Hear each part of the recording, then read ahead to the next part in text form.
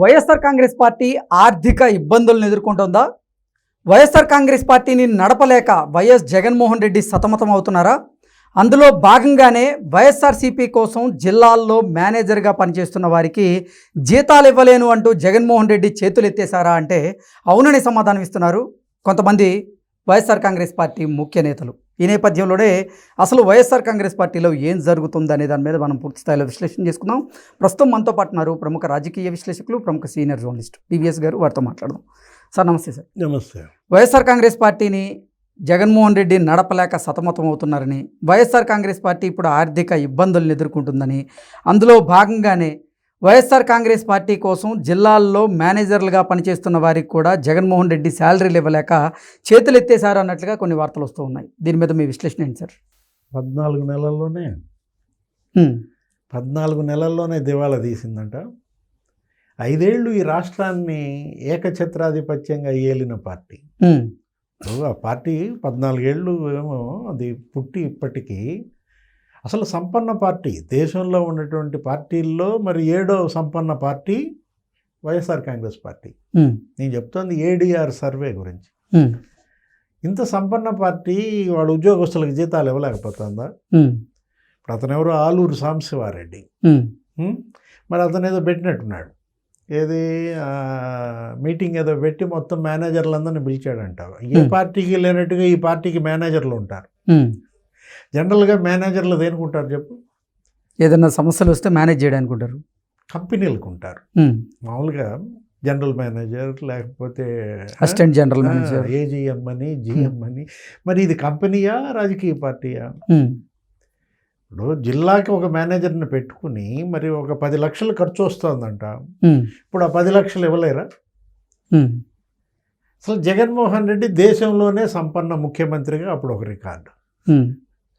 ఇప్పుడు ఆయన ఆదాయమే అసలు ముందస్తు పన్ను కట్టాడు అప్పట్లో, ఏది 90 కోట్లు ఏమో ఆయనకు వచ్చే ఆదాయంలో అడ్వాన్స్ ట్యాక్స్ కట్టిన చరిత్ర అన్నమాట. ఎంత చూపించాడు? మొన్న మాత్రం ఆయన తక్కువ చూపించాడా రిటర్న్స్లో? అటు భార్య భర్తల యొక్క సంపద దగ్గర 500-600 కోట్లు ఏమో చూపించారు. దాని పక్కన నువ్వు 2-3 సున్నాలు పెట్టుకోవాలి. ఏది అసలు మార్కెట్ వాల్యూ కనుక తేలాలంటే. ఇన్ని కంపెనీలు ఉన్నాయి ఆయనకి, అటు విద్యుత్ ప్రాజెక్టులు, ఇటు రియల్ ఎస్టేటు, లేకపోతే ఈ ఏది భూములు ఉన్నాయి, కబ్జాలు చేశారు, సిమెంట్ ఇండస్ట్రీస్, లేకపోతే మీడియా ఉంది, అన్ని సామ్రాజ్యాలే కదా. అట్లాంటిది పార్టీ నడపలేకపోవటం ఏంటి? కాకపోతే మొన్న మధ్య ఒక 3 నెలల క్రితం ప్రెస్ మీట్లు అన్నాడు, ఏది నా దగ్గర పార్టీ నడపడానికి కూడా డబ్బులు లేవనో ఏదన్నాడు, గుర్తుంది కదా.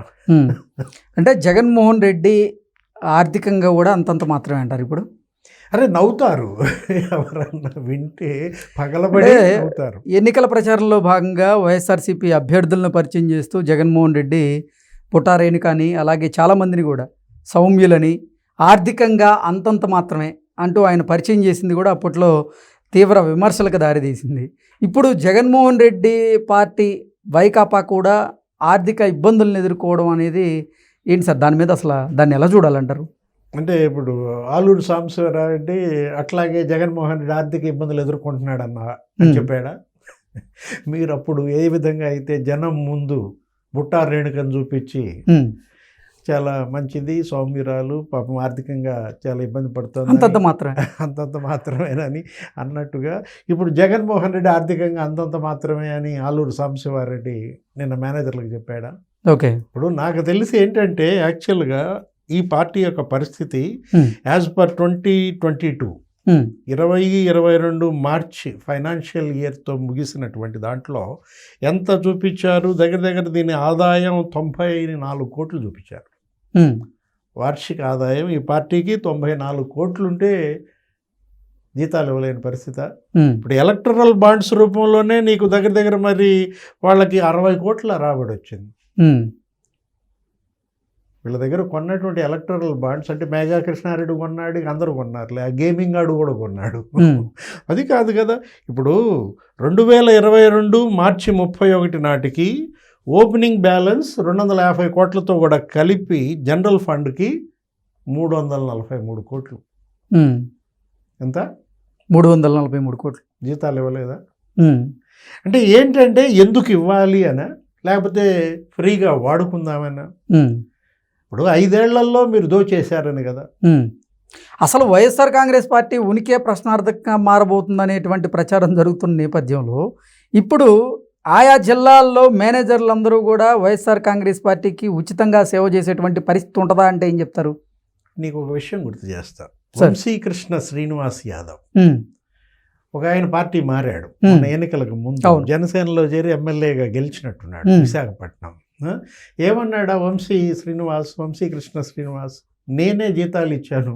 ఉమ్, ఆయన అప్పుడు ఆ రాజీనామా లేఖలో అతను మొత్తం నేను పార్టీ ఉద్యోగస్తులందరి జీతాలు నా ద్వారా ఇప్పించారు, నేను ఇచ్చాను అన్నాడు. అతను డబ్బులు వాడారు. ఉమ్, అంటే ఏంటి, జగన్మోహన్ రెడ్డి ఇవాళ పార్టీ మీద పైసా కూడా ఖర్చు పెట్టడానికి సిద్ధంగా లేడు. ఉమ్, కాకపోతే ఆయన పర్యటనలకి ఖర్చు పెడుతున్నాడు. ఉమ్, జనాన్ని మొబైల్ చేయడానికి విపరీతంగా డబ్బు వదులుతున్నాడు.